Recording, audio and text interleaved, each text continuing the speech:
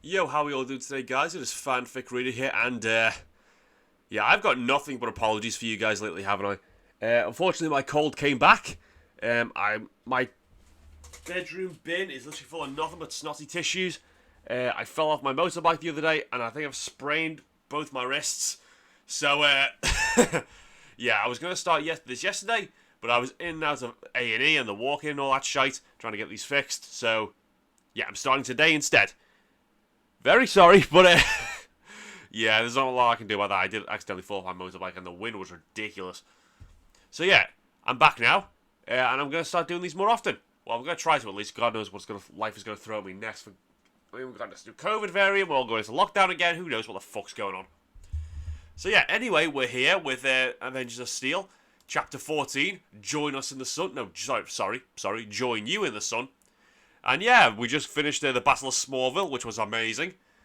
And Clark is going to be working a lot more with S.H.I.E.L.D. in this chapter, which means no fighting, which means less editing for me, which means it's going to get out a lot quicker. So yeah, you guys ready? Let's do this. Avengers of Steel, Chapter 14, Join You in the Sun. The red pickup truck fell heavily to the ground when Clark released it. The entire thing bent in weird angles. He had hoped the engine was still working. Lifting his eyes, he looked back at his mum's house and sighed. The house was in much better shape. Not after having that same red pickup falling through the roof. He wanted to punch Zod again. Without saying anything, he went in, crossing the destroyed living room where his mother was kneeling to pick up something. The family photo album. Got it, she said, laughing as she got up with a groan. Still in one piece. Clark didn't really understand how she could be laughing because of a photo album when the house was like that. It must have showed in his face. It's only stuff, Martha said, tracing her finger down his chest, feeling the fabric of his skin suit. It can always be replaced. But you can't be. He retorted. Are you sure you're okay? She nodded, smiling. Please, I've had worse running this farm. A cow tossed me over the fence once, remember? She said, taking her hand to her neck where Fiora had grabbed her. Now that I think about it, this was the second time a cow's hit me, isn't it? Clark's eyes widened at what his mum had said. She only laughed. Oh, Clark, stop worrying. You saved me. You saved everybody. Just like I knew you would. A few $1 million in damages, though. Like I said, it's only stuff. I'll fix the house once this is all over, Ma. I promise, he said. She just waved and sat down. What happened there, anyway? Martha asked. Clark sighed again. My biological father took something from Krypton before it was destroyed. Something called the Codex. It's a collection of all the DNA from my people. They used it to birth people artificially, I guess. Clark answered. Zod said this codex he's looking for can actually bring my people back. Martha looked at him, not understanding. Isn't that a good thing? She asked. He looked down for a second and shook his head. I don't think they're interested in sharing this world. Oh. Martha summarized the situation pretty well. They were in silence for a few seconds until that silence was broken by a weird beeping noise. He looked down to his arm. Keelix? Sir, you have a call, she answered, disassembling herself into millions of metal particles and reassembling herself again, in a drone form. A call? Wait, you work as a phone too? He asked, surprised. I have redirected all of your phone calls from your cell phone to myself, as you aren't currently carrying it. Keelix answered, vibrating slightly every time the phone rang. It is from Miss Romanoff. He raised his eyebrows. Accept the call, please. Clark, it's Natasha. Natasha's voice came from Keelix. Hey, Natasha, is everything okay? We're fine. We're back at the helicarrier. She hesitated for a second. How's your mother? Is she okay? I'm fine, dear, answered Martha, smiling. Thanks for asking. Oh, that's good to hear, ma'am, Natasha said, clearly not expecting his mother to be hearing the conversation. Clark, it's a good thing you haven't left yet. I spoke with your father on the ship. He told me how to stop them. We need you to get that ship you arrived in. That certainly caught his attention. Tony splashed his face with cold water and looked in the mirror. A tired, bruised and dirty man looked back. And he actually thought his reflection looked better than how he was feeling, if he was being honest with himself. They got their asses kicked. There was no two ways about it. Nothing they had done, Absolutely nothing had worked. They simply weren't powerful enough. And wasn't that blow to his ego? That Kryptonian woman, Fiora, didn't fight them. She just battered them around like a cat with a mouse. And it scared the hell out of Tony. To know that there were beings out there in the universe that were capable of doing this, it wasn't something he could deal with. He could understand now, clearly, that exactly how beings like Odin, Thor, and Loki can be worshipped on Earth. When entities came down here capable of doing what they did, it was really no wonder. Kryptonians were even worse. They could have really used Thor right about now. Whatever he was doing, it should damn well better be important, because things were not looking good. Luck was the entire reason none of them had been killed. Well, Luck and Clark. At least they had one superpowered being on their side. Well, two counting the Hulk. But even he was defeated. Clark hadn't been there with them. He had no doubt in his mind everybody would already be dead. Good thing he was, and that he really was on their side, because if he wasn't, well, needless to say, things would have been over before they even started. Giving up on trying to fix his horrible appearance, Tony turned and left the bathroom. He walked through the halls of the Helicarrier until he finally got to the room where the rest of the Avengers were, and they did not look better than he did. Clint was even more bruised than he was, hitting his face when the Quinjet went down. Bruce, even without any visible marks, was shaking, the after effects of his transformation hurting him from deep inside his body. Steve was better, with just a single cut in his cheek from the debris that flew around him when Natasha had fired the missile. And Tony would actually say he was good if it weren't for his haunted eyes. Natasha at least looked damn near perfect as she always did, even after falling down from orbit. "So," he started, and everyone turned to him. "That was embarrassing." "That's one word for it," Clint grunted, holding an ice pack to his face. "At least we won," said Natasha. Everyone looked at her. "What? They retreated, didn't they?" Steve sighed. "Maybe we won the battle, but how many people died on our side?" he asked. Natasha tilted her head as if agreeing. She looked at Bruce. "You okay there, Bruce?" she asked, seeing him shaking non-stop. "Oh, I'm fine," he answered, his teeth clacking a bit. "It's, the transformation. Feels like a exposed nerve, right?" Tony completed. "Like an exposed nerve." Bruce agreed with a grimace. "Every single muscle tears apart. Bones grow. My whole body changes. It's not comfortable. And it's even worse when it happens involuntarily." "And when you don't win?" Tony guessed. Bruce laughed without humour. That actually never happened before. The big guy's not happy. Everyone was in silence for a bit, trying to chew down the monumental fact that the Incredible Hulk had lost a fight, and thinking, of course, how exactly they were supposed to fight them, even when the big guy couldn't. "We need to prepare ourselves better for a second round," Steve announced. Tony actually laughed. How? How exactly do you want us to prepare for this?" he asked, waving his arm around. "Everybody has a weakness," Steve said, looking at him. "Even them. Natasha managed to knock one of them out, didn't she?" "Actually, that had nothing to do with me," Natasha admitted, having thought about it. "The missile hit her, but it didn't even scratch her. What brought her down was a sensory overload." "What do you mean?" Steve asked. "Clark broke her helmet. Earth's atmosphere doesn't agree with them very well." "Is it poisonous to them?" "Clark seemed okay," Tony asked, curious. "On the contrary, it makes them stronger," Natasha answered. "Much, much stronger. It's too fast for them to get used to it. The atmosphere of their planet keeps their gifts controlled, weaker. With our atmosphere, it flushes that out. They reach their full potential. Their senses get so much better they can hear everything, see everything. It hurts them. That's why Fiora passed out. Because the sound of the missile exploding was too much for her to take, not because it was strong enough to hurt her." They were all in silence considering this new information. "That's it then," Steve said. "Their helmets.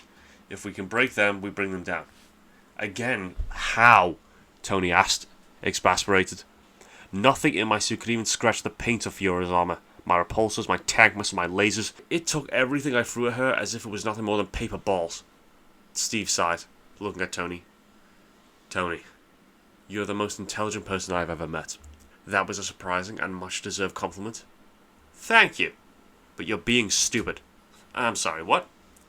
Steve got back up and stared at Tony. No, not Steve Rogers anymore. Captain America. Back in WW2, I lost account of the number of times we faced an enemy that was better equipped. in greater numbers and better positioned, and yet we always managed to win. Why?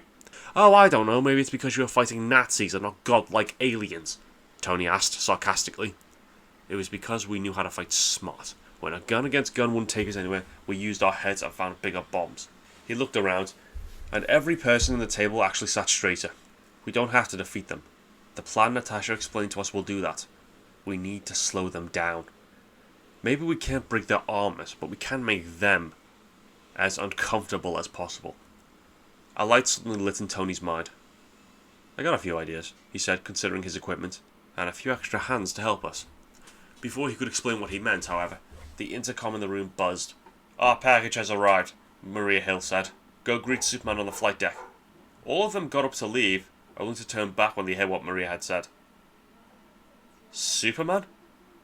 Tony exclaimed. They could almost see Maria's cheeks turn pink. That's what the soldiers are calling him. Because of the S and, well, mainly because of the S, she answered, turning off the comm. Everyone turned to Natasha. What? She asked, raising an eyebrow. I had nothing to do with it. Clark released his ship on the flight deck of the helicarrier very carefully. Just when Director Fury, Maria Hill, and the Avengers all appeared. Is that what I think it is? Asked Fury, looking at the ship. The ship you arrived in? Yes, Clark answered, turning to him. I don't know what Natasha told you. This ship is powered by something called a phantom drive. It bends space. Zod's ship uses the same technology, and if we can make the two drives collide with one another... A singularity can be created, Tony completed, his eyes fixed on the ship. Steve looked a little lost, so he added, a black hole. Yes, Clark agreed. So if we can open up this doorway, then theoretically, they should all be pulled back into the Phantom Zone. So you want to use this thing as a bomb? Asked Maria Hill. Clark nodded. Basically. We just have to figure out how to take it all the way to space, Clint said, looking closer, eyeing the ship. Speaking of it, why didn't you just do this already? You were there. Fair question, Clark looked at him. First, because I didn't know if Zod was really here to start a fight. I couldn't just attack them out of nowhere. Everybody seemed to disagree with that statement, but nobody said anything.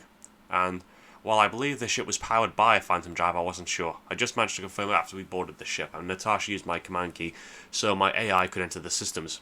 If they didn't have one, this plan wouldn't work. Tony raised his hand. You have an AI? He interrupted. Clark, stopping to talk abruptly, turned to him. Remember what I asked you at the party? That's not theoretical at all, but we can talk about it later. Tony's eyes seemed to glow with curiosity, but Clark looked back at Clint and continued. And third, the Phantom Drive isn't online all the time, and it has to be for this to work. It's only on when they are using it, and they only use it on 2 occasions, when they're travelling somewhere far away, and when they're using it to power something else, in our case, a world engine. Fury looked at him. World engine? He asked. Well, how to explain that one? Clark considered his words. Zod plans to take over the Earth, he said, deciding to be as direct as possible. Everyone was looking at him, frozen. Not only that, he plans to terraform it, turning Earth into Krypton. How's he going to do that? Asked Bruce, his eyes wide.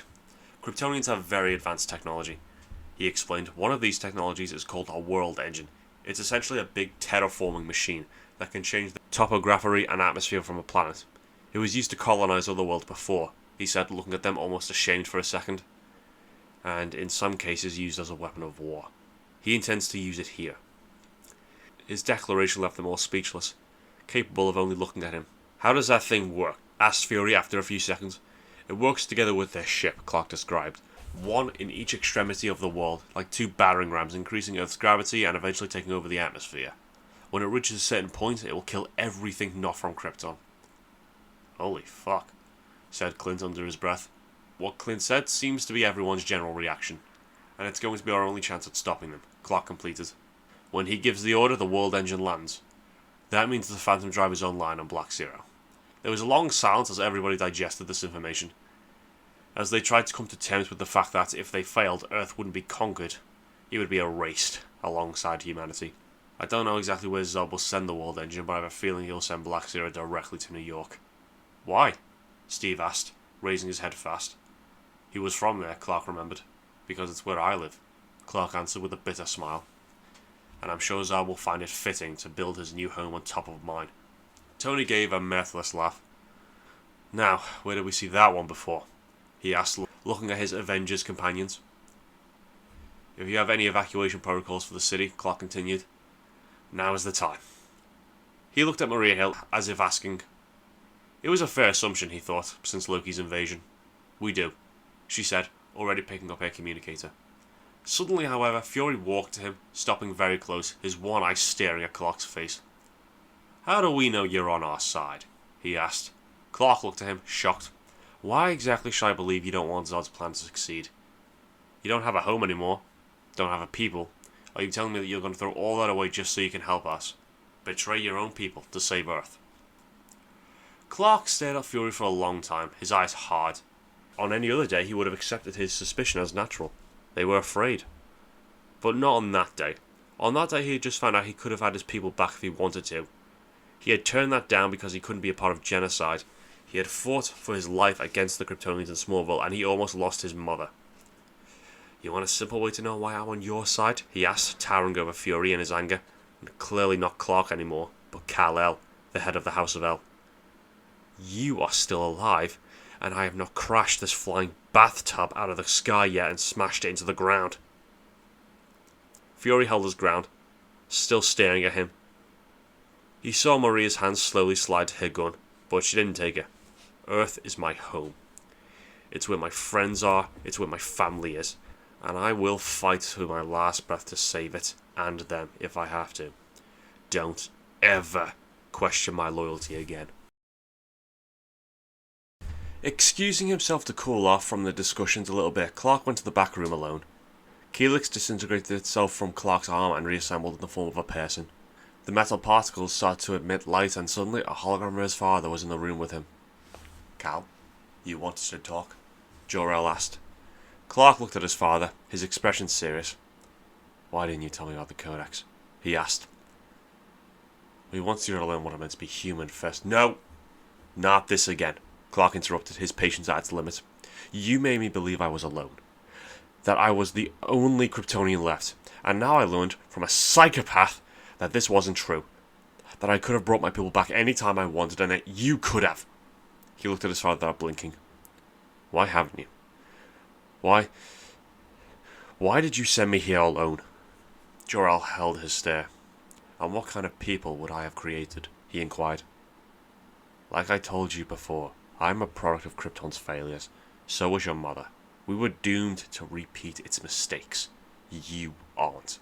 Any kind of people would be better than no people at all. Would it? Jor-El asked. Take Zod. A product of Krypton's failures just as we were. A man made to the very last strand of his DNA to be a soldier. And now when he finally has a chance to bring his people back, what does he do? He could have already achieved that if he were willing to share this world. He could have searched for another viable planet. He could have negotiated asylum on this one. Jor-El approached, his footsteps making no sound. Instead of doing any of those things, Zod arrived as a conqueror. Not because this was the best alternative. Not because this will maximize his chances of saving his race, but because it's all he knows. He's not a diplomat. He's not an explorer. He's not even a politician. He's a warrior. So he will act as one, no matter what happens, no matter what damage it may bring. Not only to the Kryptonians, but to all those around us. He looked into Clark's eyes. Maybe I wouldn't cause so much damage, but the results would be the same. I would doom Krypton's sons and daughters to a path limited by what they made me. You won't do that. Clark looked at his father's projection for a long time, and then said, And yet, you told me that when you faced Zod, to protect me and Mom, you defeated him. You, a scientist to the very last strand of your DNA, against the man created to be the best fighter, and you won. You fought against your very nature and managed to best him. Why couldn't you do it again? Now was Jor-El's turn to be in silence, his eyes far away. I had not considered this, he finally said, his voice low. Maybe there was hope for some of us after all, even if it took a threat against my loved ones to release me from it.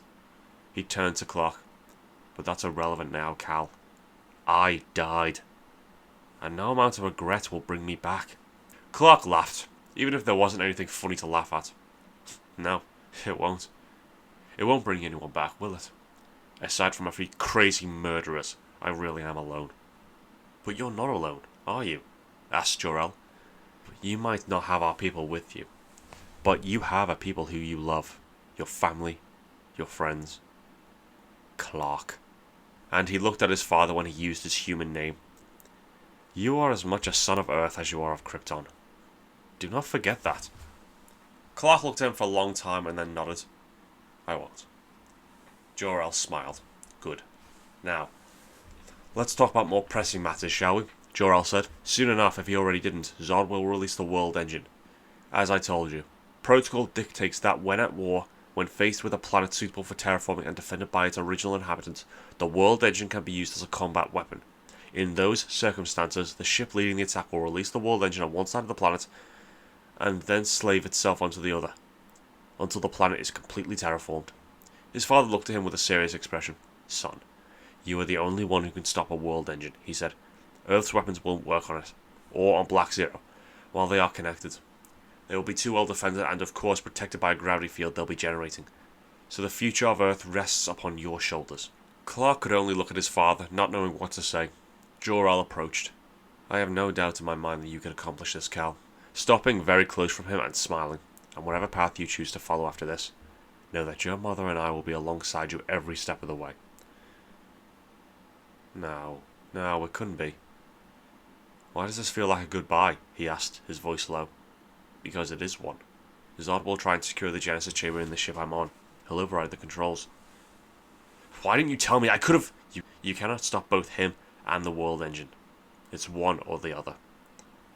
Clark was frozen in place, without being able to say anything, his heart clenching in his chest.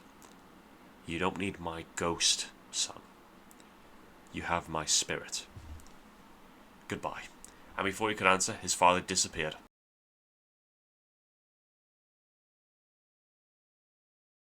Zod looked around the Black Zero's bridge, seeing the preparations for the release of the world engine. His men moved with certainty, knowing exactly what to do. They had been born for this, and trained by him to achieve their full potential, so there wasn't any doubt in his mind that the preparations would work. Preparations complete, sir, said Fiora. He just nodded. The whole ship trembled when the world engine separated itself from Black Zero. Like a smaller ship beginning to fly away, he watched from the big window as the world engine passed in front of the sun, beginning its descent. What just happened? Asked Fury, looking at the huge screen. The ship just split in two, answered Maria Hill. Track 1 is heading east, Track 2 is deploying towards the southern hemisphere. How fast is the bogey moving? Approaching Mach 24 and accelerating, she said. It looks like it's going to impact somewhere in the South Indian Ocean. Nobody in the room spoke as they saw the images from the satellite. The rest of the ship is descending, Maria added, suddenly turning white. Put on the board now. Fury barked the order. The monitor switched, showing the ship descending over New York. Clark, are you okay? Natasha asked, getting in the room without him realizing it. He turned, his eyes still wide in shock. Natasha took one look at his expression and knew something was wrong. Is Martha? No, Ma's fine, he answered before she could complete the question. He looked down. My father isn't.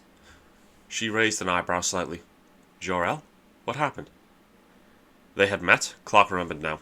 Zod's going to try and take my ship. The ship I stole from all you guys. He said he's going to erase my father's AI when he does that. Natasha approached a bit. Is he here already? Can't you reach him in time? She asked. I probably could, Clark admitted. But if I do that, then I won't be able to reach the world engine in time. She didn't say anything. Natasha only looked at him and placed a hand on his shoulder. If he knew anyone who could probably understand the nature of this choice, it would probably be a hardened agent. He was sure she had made some pretty difficult choices in her life. I'm sorry, Clark, Natasha said, and he believed her. He touched her hand and nodded in thanks. There wasn't much to say. We are discussing plans, she said after a while. We could use your input. Clark nodded again. I'll be there in a second, he said, still a little dazed. I just have to make a phone call first. Natasha nodded in response and turned, leaving him alone again. As he asked, Keelix made the call. He stood there in the middle of the room, waiting for someone to pick up, until they finally did. Look, asshole, for the 100th time, I don't want to buy any of your shit! Jessica? He asked, her sarcasm echoed in the room. Though she was in silence for a second. Clark? You little fucker, I told you to keep me updated. Actually, I was the one who said I would keep you updated, which is why I'm calling. Whatever. Look, what the hell is happening? I just saw the news. There's a huge fight in some small city. Was that you? Yeah, that was me. And the Avengers. Holy shit. That's why I called. Listen, Zod is not interested in peace. He's going to use something called a world engine. It terraforms the planet. It turns anything close enough to Krypton. You could hear her breathing, but for once, she didn't say anything. The machine works alongside the ship, so each half will go to the other side of the planet. I don't know exactly where the world engine will go, but I have a very strong idea. Here. Jesus Christ, I can see it! He was too late. Jessica, take your sister and run as far away from that ship as you can. Do you hear me? Do not get close to that thing. I'm not a moron, Clark, and Trish is already here. I'm in her studio. Oh, well, that's good. Look, I gotta go. Remember what I said. I'm gonna try and fix this. Wait, don't hang up. I want to know the plan. Against his good sense, he did as she asked. Bring the Phantom Drive online. Zod ordered. As he did it, the Phantom Drive began to glow blue. A blue beam left his ship, linking to the world engine on the opposite side of the planet. Jax looked at him. We are now slaves to the world engine, He announced. Zod looked back without blinking. Initiate. You could see the world engine powering up on the monitors, a cloud of black smoke rising from it, and then it blasted the ground, the blue beam opening the ocean waters as it hit. In New York, humans and vehicles rose into the air as the world engine pushed the beam to them, and then they were slammed back into the ground as Black Zero pushed it back. The entire Earth was trembling. It's begun, Fury affirmed, seeing the images of New York with an impassive expression. On the inside, however, Fury was anything but impassive, as the people were being raised into the air and slammed back into the ground. Cars were being flattened as the blue beam slammed into the ground with force, and each time it hit, the area affected was bigger. Every agent in the control room stopped what they were doing, incapable of not looking at what was happening, eyes glued to the screen. Tony Stark approached, looking at the big monitor. It's like he said, Stark mentioned, some kind of gravity weapon. It's working in tandem with the ship. Somehow they're increasing the Earth's mass, clouding the atmosphere with particles, particulates. Yep, we're being terraformed, he declared, taking his hands into his face. It was a good thing he had already taken Pepper out of the city. Otherwise, he was sure Stark would fly out there right now. What's that? Asked one of the agents, her face pale. Her fear so great right now that she had stopped what she was doing to ask that. Fury wondered if she had family in the city. Planetary engineering modifying the Earth's atmosphere and topography, Explained Banner, his eyes glued to the screen. They're turning Earth into Krypton, a voice announced from the back of the room. Everyone turned to look at Clark, getting into the room with his red cape swaying. Every eye there full of fear, looking at him as if expecting some kind of comfort. But what happens to us? Asked the agent, looking even younger than she was. based on these readings, there won't be an us, said Banner, eyes still on the screen. Tony finally turned to them, walking through the control room, passing in the middle of the agents. What I don't get is why, he said, suddenly looking at Clark. What are they planning to win with this thing, except to kill us all? They don't have enough Kryptonians for a viable population. You are, by all accounts, an extinct species. It was a good question. Did they plan on simply destroying them all? That won't be a problem, said Clark, as everyone looked at him waiting for an answer. Kryptonians use artificial population. They have these chambers, called Genesis chambers. It's where babies are birthed to fill a destined role in society. Once they have the planet, they have everything they need to repopulate. There was silence. Did you? Natasha began to ask. I was the first natural birth, he answered, before she could finish her question. Good. Your parents had fun making you. Can we get back to the matters at hand? Clint asked, impatient. How do we stop them from killing us all and making a new Krypton? Zod watched the liquid genome monitor as he finally indicated the location of the old scout ship. The one that had the Genesis chamber. Leora, take command.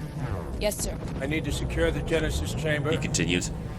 and pay my respects to an old friend.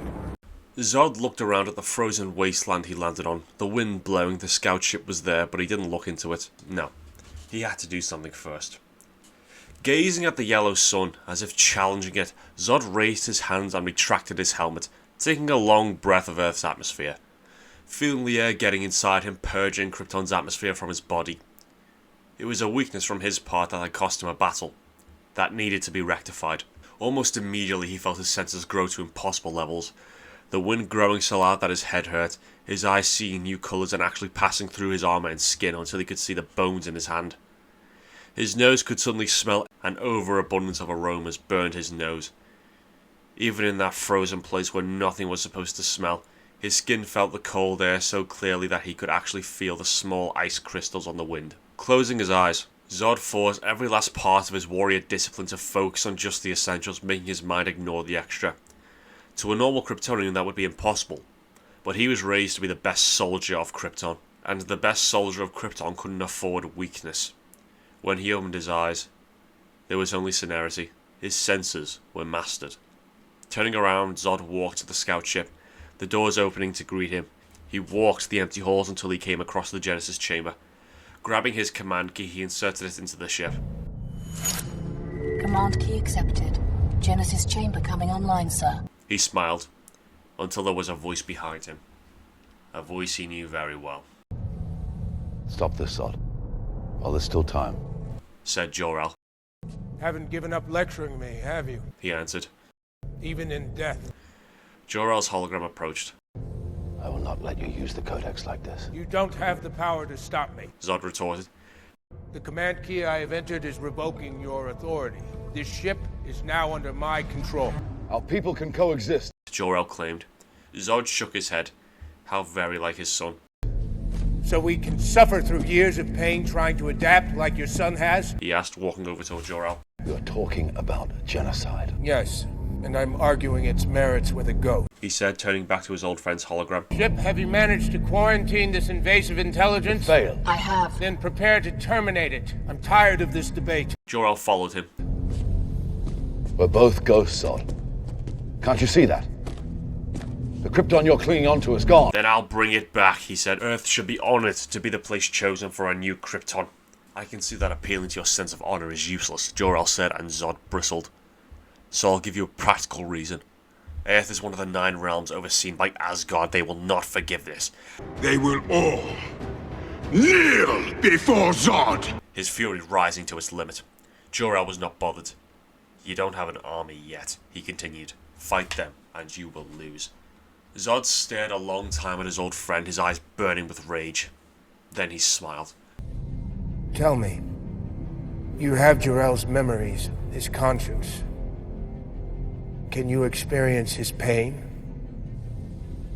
I will harvest the Codex from your son's corpse, and I will rebuild Krypton atop his bones. And then, how do the Asgardians call it? Ragnarok? Zod looked deeply into Jor-El's eyes. Your son will be their doomsday. This brought a reaction to his face. This is madness, Zod, he yelled, eyes wide. The council forbade this for a reason. Because they are cowards, because they are weak. And this weakness brought us to ruin. Zod shook his head. No more. After Earth, I will conquer Asgard, and then the rest of the 9 realms. And then I will rebuild Krypton's empire with a second era of expansion. Jor-El could only look, shocked, his eyes conveying the horror at Zod's plans. Your senses felt it too, didn't they? Zod asked suddenly. What lies on Earth? We have our way here because of an Infinity Stone. That one isn't here anymore. But it wasn't the only one, was it? Jor-El didn't answer. Instead, he approached, almost touching Zod. Silencing me won't change anything. My son is twice the man you were. And he will finish what we started. I can promise you that.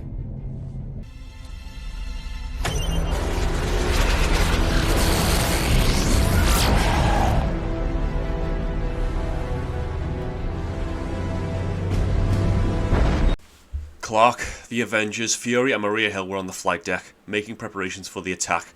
The helicarrier was already on course to New York.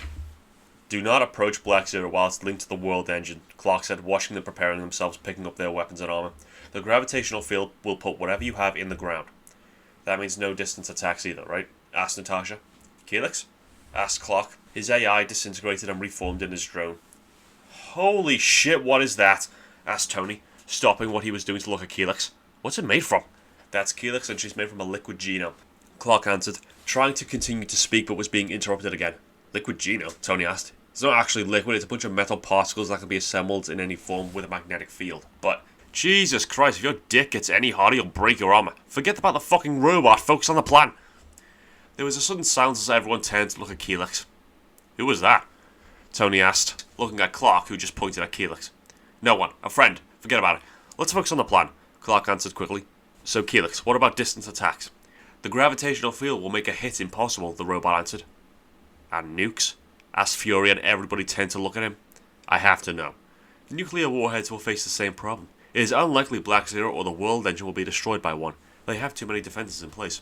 So no nukes, said Tony, pointing at Fury. Tell your buddies in the council that. That's why I asked, answered Fury, and Clark actually believed him. Clark turned to the Avengers. I'll have to stop the World Engine over the Indian Ocean before you guys can approach. Once I do that, hit them with the Phantom Drive. They all nodded, except Natasha, who approached him. If that thing is making Earth more like Krypton, won't you be weaker around it? She said, her voice low, looking seriously at him. Clark nodded. Maybe.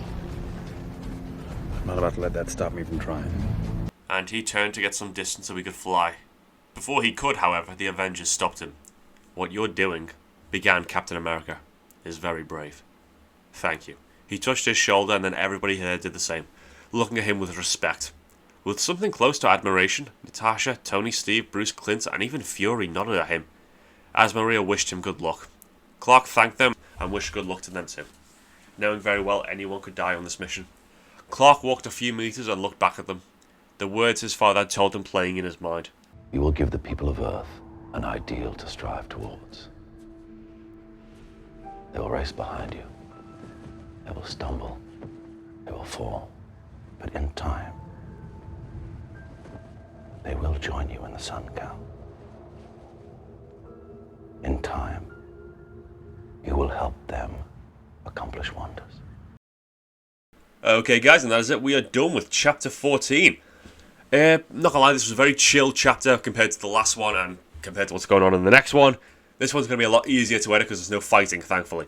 Unless you count the verbal one between Jor-El and Zod, which, by the way, might be my favourite part about this chapter. Just the way Zod threatened all of Asgard and the Nine Realms and about the other Infinity Stones, it all works together very well for me. So yeah, obviously, this is the end of the chapter, so I'm going to leave it here. If you guys like this chapter, then let me know in the comments down below. Be sure to go over to the FanFiction website and send the actual writer, whose link is in the description down below, also what you thought. Give him a favourite, give him a like, because he's also recently started a new story called Avenger Night, which is the MCU, but with Batman. And of course there's Avenger Goddess, which is the MCU with Wonder Woman, which is now, not gonna lie, I kind of want to see them all together now, so we'll see how that works out then, yeah? Alright then guys, please like, subscribe, and I'll see you all in the next chapter.